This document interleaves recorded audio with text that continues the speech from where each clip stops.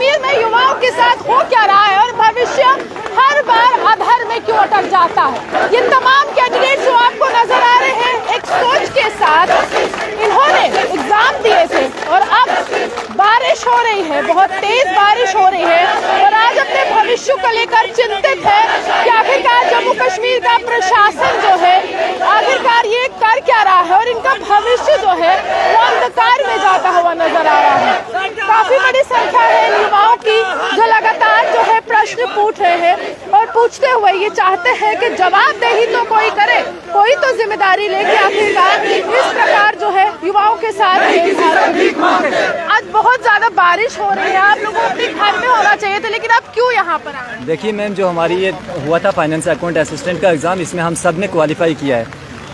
तो आज हमें मीडिया के ज़रिए ये बातें सुनने को मिल रही हैं कि हमें क्या है कि इस लिस्ट को स्क्रैप कर दिया जाएगा, इस पर इन्वेस्टिगेशन हो रही है। तो इन्वेस्टिगेशन करती है, 400 बच्चे हम यहाँ पे हैं, 400 बच्चे श्रीनगर में, सादिया के सारे बच्चे यहाँ पे अगर प्रेजेंट हैं तो आओ यहाँ पे इन्वेस्टिगेशन करो।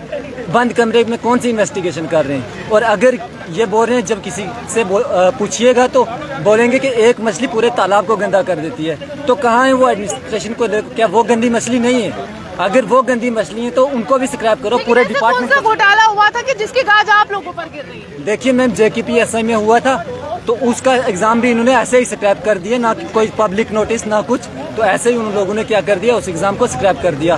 तो कुछ ना कुछ तो पब्लिक नोटिस में आना चाहिए, हमें भी पता चलना चाहिए कि किस बेस पे ये इस एग्जाम को स्क्रैप कर रहे हैं। तो हमारी अब LG से यही मांग है कि वो क्या करें, हमारी लिस्ट को दोबारा से जल्दी से जल्दी। डर लग रहा है कि क्या जम्मू कश्मीर में सरकारी नौकरी का सपना पूरा हो पाएगा? क्योंकि कुछ एग्जाम होते हैं तो उनकी मेरिट लिस्ट नहीं आती है और जो मेरिट लिस्ट आती है वो घोटाले में। देखिए, हमें डर तो लगना लाजमी है, ह्यूमन नेचर है, डर लगेगा क्योंकि हम हार्ड वर्कर कैंडिडेट से हमें डर लगना लाजमी है। तो हम अब यही LG एडमिनिस्ट्रेशन से चाहते हैं कि अगर इन्वेस्टिगेशन कोई हो रही है तो यहाँ पे आके इन्वेस्टिगेशन करें। हम पूरे 30 के 30 दिन या जितना टाइम आपको चाहिए हम यहाँ पे कोऑपरेट करने के लिए तैयार हैं। तो आप कितने कैंडिडेट सिलेक्ट हुए थे इस एग्जाम में? मैम, ये एग्जाम 6 मार्च को हुआ है। 972 कैंडिडेट सिलेक्ट हुए हैं इसमें और ये सिलेक्टीज हैं, सभी सिलेक्टीज हैं।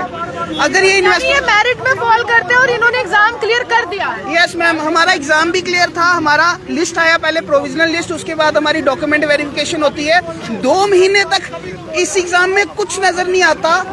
एक दिन में हमारी लिस्ट आने वाली थी और ये बोला जाता है मीडिया में कि आपकी लिस्ट भी वैसे ही स्क्रैप कर दी जाएगी जिस तरीके से JKPSI की लिस्ट स्क्रैप की है। लेकिन आपके साथ ऐसा क्या इनको दिख गया कि आपको भी घोटाले में ले आए? हमें वही समझ नहीं आ रहा है। हम ये चाहते हैं कि अगर ये इन्वेस्टिगेशन करना चाहते हैं और उस जो ये सो कॉल्ड इन्वेस्टिगेशन हो रही है उसके दम पे चाहते हैं कि हमारी लिस्ट कैंसिल हो। यानी आपको भी CBI के दायरे में लाना है? हमें CBI के दायरे में नहीं लाना। कह रहे हैं कि आप फिर से इन्वेस्टिगेट करेंगे कि कैसे ये बच्चे जो है क्लियर कर हम तैयार हैं मैम, इसीलिए हम बारिश में बैठे हुए हैं हम यहाँ पे कि अगर हम एक बच्चा, हर कोई बच्चा 972 सिलेक्टेड कैंडिडेट्स है, कोई बहुत ज्यादा नंबर नहीं है। 400 बच्चा श्रीनगर में है, 400 प्लस इधर है। आप पर्सनली फिजिकली किस वेन्यू में कहाँ बुलाना है, हमें कौन से दफ्तर में बुलाना है, हम अपने नोट्स डॉक्यूमेंट्स बैंक डिटेल्स लेके आ जाते हैं। हमें वेरीफाई तो करो।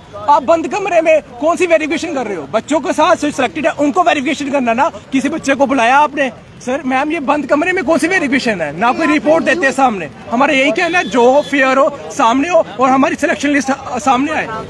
आपने मैम, और देखो मैम, अभी हम यहाँ पे मैक्सिमम बच्चे ये हैं जो है SI में भी सिलेक्टेड थे, यहाँ भी सिलेक्टेड है। अब बात आई SI स्क्रैप किया, हम कुछ नहीं बोले, हमने कहा मास हुआ होगा स्कैम। लेकिन यहाँ पे अगर हम बोल रहे हैं हमारी यहाँ रैंक 1 से लेके रैंक 972 तक बच्चा है, आप जिसको बोलोगे हम वहां आएंगे, हमारी वेरिफिकेशन करनी है, करो। लेकिन एज अ पॉलिटिकल स्टंट आप हमारी रिक्रूटमेंट के साथ खेलोगे, वो हम कभी नहीं। क्या लगता है कौन है इसके पीछे? क्योंकि आप हमारी कंट्री का फ्यूचर है और आप ही को स्टेक पर कर दिया जाएगा तो कैसे आगे बढ़ेंगे? हम वही तो जानना चाहते हैं, आप किस बेसिस पे रिक्रूटमेंट को स्क्रैप कर रहे हो, ये हमें बता दो। अभी तक SI की रिक्रूटमेंट स्क्रैप हो, क्या आपको कल्प्रिट का नाम मिला किसी का? क्या आपको ये पता चला कि क्या हुआ है उसमें? हमें वो जानना भी नहीं है, वो जानो आप जानो आप। लेकिन आप हमारा लास्ट चांस है। आपसे एक सवाल करना चाहूंगी, यहाँ पर किसने कह रही है? वहाँ पर तो मेजोरिटी जो सिलेक्शन में नहीं हुए थे कैंडिडेट्स, उन्होंने कहा था कि घोटाला हुआ है SI में। आपने किसने कहा? यहाँ पे भी 2-3 पॉलिटिकल पर्सन है, अब मैं नाम नहीं लेना चाहूंगा इधर। यहीं पे आप ही की मीडिया ने उनका इंटरव्यू किया। मैम, अगर ऐसे चल रहा है सरकार तो फिर हमें शर्म आती है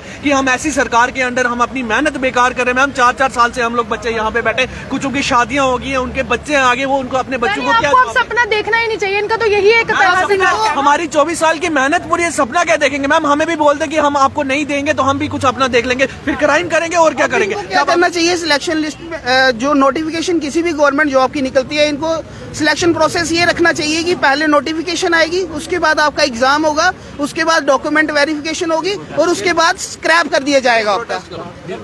इस तरह की न्यू रिक्रूटमेंट पॉलिसी हमारे JNK में चल रही है, जिसको कि नाम दिया गया है न्यू स्क्रैप पॉलिसी।